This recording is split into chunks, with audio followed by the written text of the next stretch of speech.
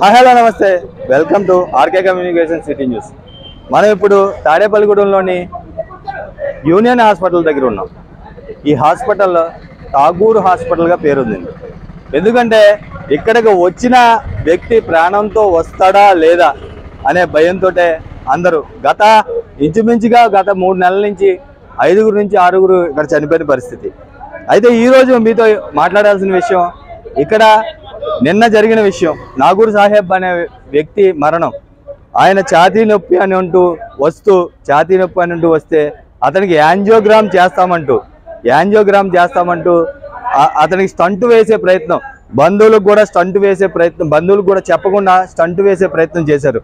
అయితే ఆ విజువల్స్ అన్నీ మన దగ్గర ఉన్నాయి, వాళ్ళ వాయిస్లు కూడా ఉన్నాయి, అన్నీ కూడా మీకు ప్రజెంట్ చేస్తాం. అయితే ఈరోజు ఇదే విషయంపై సివిఆర్ న్యూస్ కథనం ప్రసారం చేసింది. సివిఆర్ న్యూస్ కథనం ప్రసారం చేసిన తర్వాత వీళ్ళు మళ్ళీ సివిఆర్ కెమెరామెన్ ఎవరైతే ఉన్నారో కెమెరామెన్ విజువల్స్ కోసం వస్తే అతన్ని నిర్బంధించి అతని ఐడి కార్డు లాక్కొని ఆ సెక్యూరిటీ ద్వారా, ఏదైతే సెక్యూరిటీ ఉన్నారో సెక్యూరిటీ ద్వారా నిర్బంధించిన పరిస్థితి మీరు వెనకాల విజువల్స్ లో చూడొచ్చు.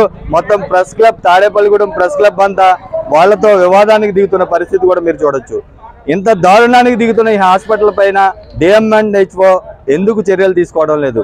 ఇక్కడ ఒక పొలిటికల్ నాయకుడికి చెందిన హాస్పిటల్ అంటూ పేరుందని ఈ హాస్పిటల్ పై ఖచ్చితంగా చర్యలు తీసుకోవాల్సిన పాలకులు కానీ అధికారులు కానీ చర్యలు తీసుకోవాల్సిన అవసరం ఎంతైనా ఉంది. పూర్తి వివరాలు మీకు తెలియజేస్తూ ఉంటాం. చూస్తూనే ఉండండి ఆర్కే కమ్యూనికేషన్ సిటీ న్యూస్.